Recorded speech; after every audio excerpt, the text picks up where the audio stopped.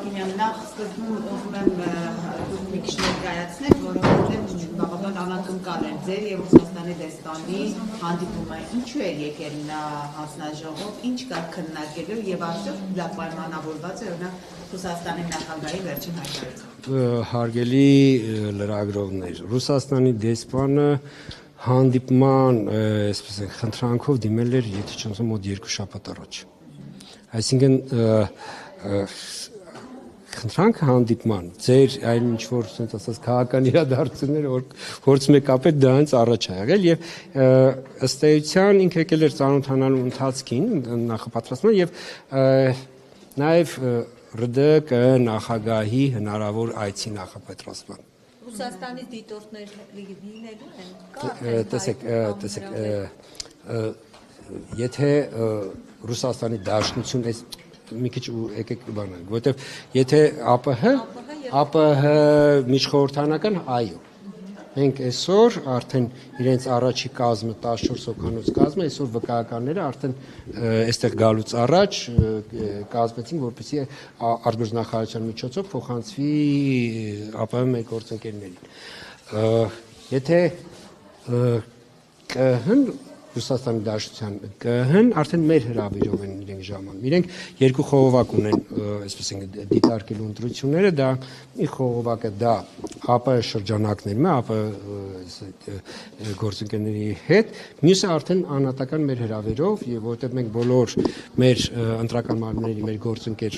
երկրների ընտրական մարմինների ներկայացուցիչներին մենք հրավիրում ենք եւ կարող եմ ասել, որ նախաձեռնությունն է Այո, չէ, Ռուսաստան դեսպան, այո, որովհետև վերջի հանդիպումը, որ եղել է մեր ՌԴ գործընկերոջ հետ, նախագահի Տիկին Պանֆիլովայի հետ որ եղել է, մենք այդտեղ ունեցանք այսպիսի, ասենց ասած, ինքը ինձ հրավիրեց սեպտեմբերին կայանալիք իրենց խորհրդանական ընտրություններին, ես իրեն հրավիրեցի հունիսին կայանալու մեր խորհրդանական ընտրություններին եւ պես կատակով կես կատակ, բայց իրականում լուրջ, ասացինք, քանի որ մերը սկզբում է ոնց որ Տիկին Պանֆիլովան ինքը կժամանի Հայաստան, այնպես հետո սեպտեմբերին էլ ես գնամ Մոսկվա։ Այսինքն դիտորդների զրույցի ընթացքում չի արծարծվել այդ թեման, հարգելի գործընկերներ, Հայաստանի Հանրապետության կենտրոնական ընտրական հանձնաժողովը ապաքաղաքական կառույց է։ Եվ ես ձեզ հավաստիացնում եմ, որ դեսպանները, միջազգային կառույցների մեր գործընկերները, որ գալիս են, իրենք հարգում են մեր օրենսդրությունը եւ իրենք շատ լավ գիտեն, որ կենտրոնական ընտրական հանձնաժողովի մանդատը, կենտրոնական ընտրական հանձնաժողովի, այսպես են, ապաքաղաքական չեզոք լինելը եւ երբեք իրենք իրենց խոսքում, գործողություններում չեն անում մի բան, որ կարող է ասենք մեր մանդատից դուրս լինել։ Այսինքն դուք մի քաղաքական մի բանավեճի չէ, մի դիսկուսի մաս եք ասում։ Դեսպաններ կան հանդիպեն, տես հայտ եղել է, որ տարբեր երկրներից Հարգելի գործընկերներ, ես ձեզ հավաստիացնում, որ այս ընթացքում բավականին, այսպես ասենք, պարբերաբար լինում են, բայց այնպես ստացվեց, որ լրահոսից միայն ուշադրության արժանացավ ՌԴ դեսպանի այցը, ես էլ հասկանում եմ ձեր ասում ի տարբերություն մեզ դուք քաղաքականապես ազատ եք եւ այստեղ, բայց ասեմ, չգիտեմ, մոտ մեկ շաբաթ առաջ էլի դեսպան եւ Բելգիայի պատվիրակությունը խորհրդանական, Էստոնիայի դեսպան, Լիտվայի դեսպան, Ղազախստանի դեսպան, կարող եմ sense փորձեք Այդպես շատ ողջավորված մեր ընտրություններում չենք կհայի հարգելի գործընկերներ, բոլոր դեսպանները Հայաստանում հավատարմագրված, հատկապես կարող եմ ասել այն դեսպանները, որոնց երկրները ունեն օրինակ կենտրոնական ընտրական մարմիններ, քանի որ իրենք պատրաստվում են առաջիկա օրինակ ընտրություններում, նաև դիտորդություն իրականացնեն դեսպանները, իրենք պարբերաբար այցելում են կենտրոնական ընտրական հանձնաժողով, նաև իրենց միջոցով մենք մեր կոմունիկացիան, այսինքն մեր հարաբերություններն ենք պահպանում մեր գործընկեր տվյալ երկրի գործընկեր ընտրական մարմինների հետ եւ այսպես շարունակ։ Ճիշտ հասկացանք, որ նաև Ռուսաստանի Դաշնությունից են դիտորդներ լինելու բացի ԱՊՀ-ից։ Այո, տեսեք դիտորդներ, եթե դուք տեսեք մենք որ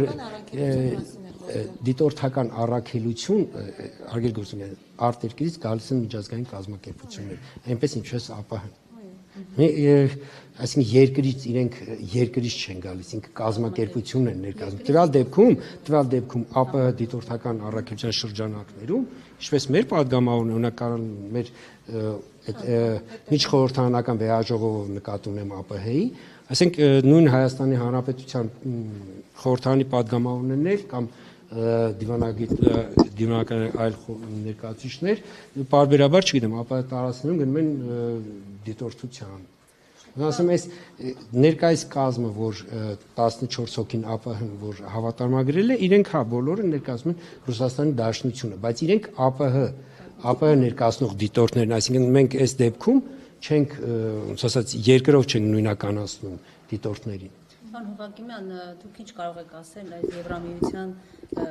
հիբրիդային այդ մասնագիտական խումբը նախ եկել է Հայաստան, թե ոչ, որտեղ դուրեր տարածվեցին, որ պետք է գան, եւ դուք ձեր վերջին ասուլիսում ասել եք, որ ըստ էության նաեւ իրենց հետ աշխատանքը այդ տարբեր ինչ-որ լրահոսի հետ, կիբերանվտանգության, ընտրական մեխանիզմների հետ այսպես աշխատելու։ Հանդիպում եղել է, եկել են, չեն եկել, իրենց հետ ինչ-որ դուք աշխատել։ Հարգելի գործընկերներ, տեսեք, ես ճիշտ ասած, քանի որ ինքը արտգործնախարարության հայտարարություններ եւ պիտի խնդրեմ, որ այդ մանրամասները իրենցից, այսինքն դա կոնկրետ ինչ նկատի ունեն, իրենցից ճշտեք։ Ես կարող եմ մի բան ասել, որ այս օրինակ նախորդ 2 օրերին էլի միջազգային գործընկերների հետ մենք միջոցառում ծրագիր ենք իրականացնում։ Այսինքն ռիսկների գնահատում եւ բայց ոչ այդ խումբը չէ։ Հասկանում եք, մեզ աջակցության առաջարկներ կոնկրետ ԵՄ ներկայացնող երկրներից, բազմաթիվ երկրներից մենք ունենք եւ համատեղ ծրագրեր ենք իրականացնում։ Այստեղ թե արդյոք այդ ծրագրերը ոնց որ ձեր մատնանշած է ոնց որ դրա ինչ ասացիք դեպքում հիբրիդային խումբը կիբերհանցագործության կամ կիբերհանցագործությունը միջազգային գործընկերների հետ աշխատում։ Ավելին ես այստեղ էլ ասացի, որ աշխարհի լավագույն, այսպես ասենք, ընկերություններից մեկի ներկայացուցիչներ եկել են մեզ մեր համակարգը գնահատել են, այսպես ասենք, տվել են եզրակացություններ, այսինքն ինչ որտեղ են իրենք ռիսկ տեսնում եւ այլ, ու դա անում են մեր ՀՏԳ-ի հետ միասին։ Այսինքն այստեղ քանի որ այդ ռեսուրսը ինքը կենտրոնական ընտրական հազար հասկանալի է, որ նման ռեսուրս ինքը չունի։ Եվ այս դեպքում մեր են լիազոր մարմինը Հայաստանի տեղեկատվական համակարգերի գործակալությունն է, որը որ այս վերջերս կարգավիճակը փոխվեց, ոնց արդեն ինքնավար մարմին արդեն ձևավորվում։ Այդ կառույցները մեր հիմնական գործընկերները իրենց մասնագետները, իրենք մեր մոտ ունեն մշտական ներկայացուցիչ մասնագետները, որոնք որ մեր մոտ մեր արդեն IT թիմի հետ աշխատում են, այսինքն ամեն ինչ։ Այստեղ դրա համար եմ ասում, ես դժվարում եմ, այսինքն ասել, թե մեր միջազգային համագործակցություններից որն է ձեր ասած։ Պարոն Հովակիմյան, դուք իհարկե անդադ փորձում եք այստեղ ասել, որ այստեղ էլ ասացիք, որ կենտրոնական ընտրական հանձնաժողովը ապաքաղաքական կառույց է, ես զբաղվում եմ բացառապես ընտրությունների կազմակերպման, բայց քննարկումից նկատելի է, որ իշխանական պատգամավորները այսպես ամեն կերպ փորձում են պարտադրել, չգիտեմ ինչ ձևով կամ պարտադրել կամ առաջարկներ անել, թե ինչպես հնարավոր կլինի ընդդիմադիր որոշ ուժերի գրանցումը չհամարել, չգիտեմ ինչ որ տեխնացուների հանել։ Սա ինչպես է գնահատում։ Կարողանաք դիմադրել հարգելի լրագրող, ես ձեզ հավաստիացնում եմ։ Ես 22 թվականի հոկտեմբերից կրեմ նախագահի։ Երբևէ մի մազաչափ, ասենց ասեմ, նույնիսկ չգիտեմ, խոսքով,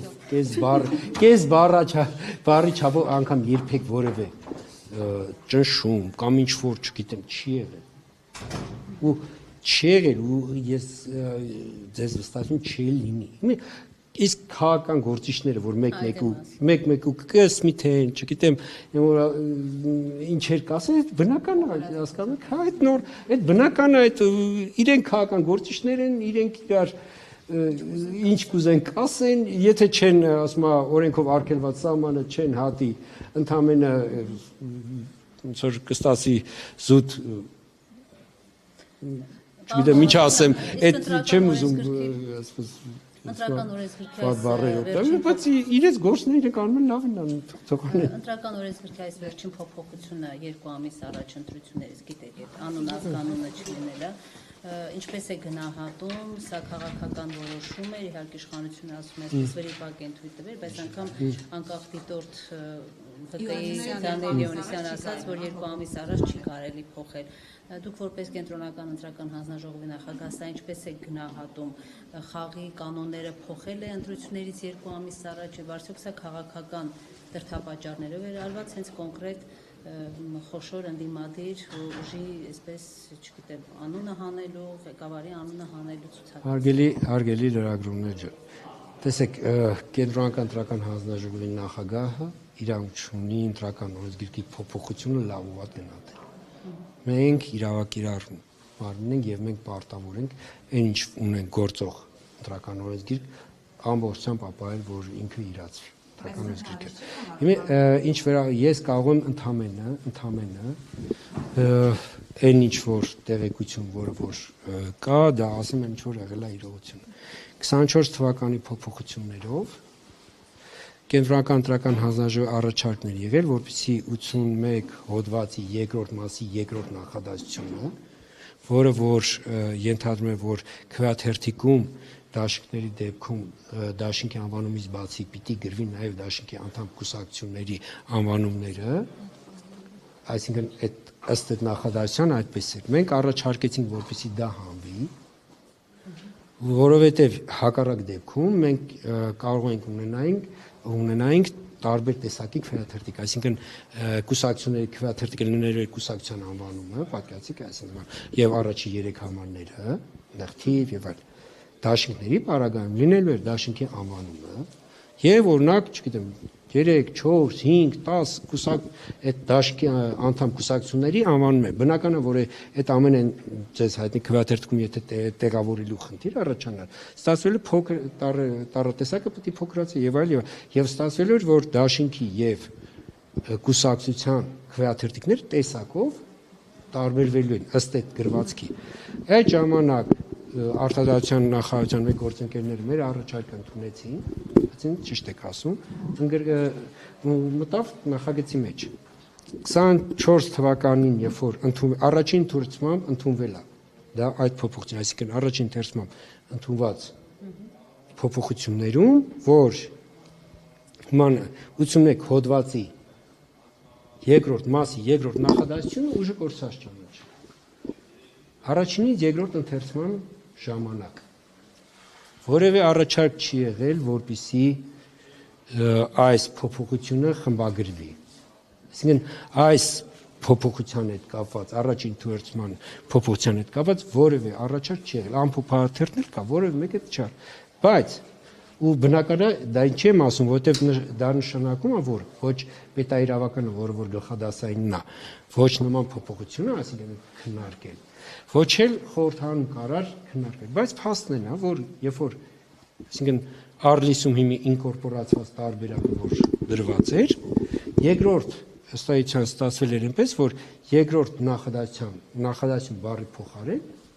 գրված էր պարբերություն։ Արդյունքում դուրս այն ինչ որ պիտի կայի խնդրանքը եղել էր, որ պիտի դա եթե հնարավոր է հանվի, որպեսզի քվեաթերթիկները տեսակով չտարբերվեն, դրա փոխարեն 81 հոդված երկրորդ մասի երկրորդ պարբերություններ ուժի կորցած ճանաչվում։ Սա եղել սա իրողությունը մնացածից մենք արդեն մնացած 6 ամիս առաջ, 8 ամիս առաջ, 2 ամիս առաջ, դա է հենց խնդիրը, որ 2 ամիս առաջ, երբ արդեն ինչ որ մարդիկ որոշել են։ Տեսեք, իրականությունը բոլորը ասեն, որ այդ տեխնիկական վրիպակը ըստ էության վերջերս է իհայտիկ, որովհետև նման կրկնում եմ, որևէ մեկը ոչ падգամավոր, ոչ մեր կողմից, ոչ որևէ մեկը չի ասել, որ օրինակ 81 հոդվածի երկրորդ մասի երկրորդ պարբերությունը ուժը կորցած ճան, այսինքն եկեք նախադասության փոխարեն գրենք պարբերություն։ Բոլորը, այսինքն այս երբ որ արդեն օրենսգիրքը ուղղակի պրակտիկ կիրառման մեջ նայելով եկել այդպես է փաստի հայտիկը, որ ինչ որ տեխնիկական վրիպակով ըստ էության երկրորդ նախադասության փոխարեն երկրորդ բարբերությունն է ուժը կորցաճանաչվել։ Պարոն Վագինյան, վերջերս հրապարակում եղավ թե քաղաքական ուժերից մասնակցող ընտրություններին յուրաքանչյուրը ինչքան գովազդ է տեղադրել համացանցում։ Դա այս շրջանում դիտարկվում է ԿՀ-ի կողմից, թե դա միայն նախընտրական շրջանում։ Այսինքն այստեղ սահմանափակումներ կարող են լինել։ Հարգելի գործընկեր, այստեղ սահմանափակումներ չկան, սահմանափակումները սկսվում են քարոզարշավի մեկնարկից։ Ավելին շատ լավ կլինի, որ նախորդ տարիներին մեր լրատվամիջոցների համար եմ ասում, որ քաղաքական ուժերը մինչև ընտրություններն էլ իրենց գովազդի համար գումար ծախսեն, կարծում եմ մեր լրատվամիջոցները դրանից կշահեն։ Նկատի ունեմ, որ միայն ընտրությունների շեմին գումարը չծախսեն միայն ընտրությունների շեմ, օրինակ նախորդ 3-4 տարի ընդհանրապես ակտիվ լինեն, իրենց գովազդը անեն, պատվիրեն, չգիտեմ, լրատվամիջոցներում, վահանակներով եւ այլ, այսինքն այդ դա ավելի դա եթե դա լինի, արդեն այս ամենը ձեր համար sense ոնց ասեմ տարօրինակ չի լինի, հասկանում եք, եթե դա դառնա մեր կյանքի առօրյա մասը, արդեն բոլորը կսկսեն դրան նորմալ հանգիստ վերաբերվել։ Այն դեպքում էլ արդեն այդ պայմաններում է քարոզարշավի փուլը, երբ որ կմտնեն արդեն սահմանափակումներ, բոլորի համար ավելի տեսանելի կլինի, այսինքն տեսնեն, որ մինչև այդ ազատ էին, դրանից հետո օրինակ սկսեցին գործել սահմանափակումների պայմաններ։ Արդեն շրջանում ո՞րն է շեմը լինել, այսինքն որքան գովազդ կարող են քաղաքական ուժերը տեղադրել։ Մինչև 800 միլիոն դրամ։ Այսինքն նախընտրական քարոզչության նպատակով ծախսերը, թե ինչ նպատակով կծախսեն, այդ իրենք գովազդա, չգիտեմ, շտաբների վարձակալությունն, այնտեղ միջոցառումների կազմակերպումը կամ ասենք տպագիր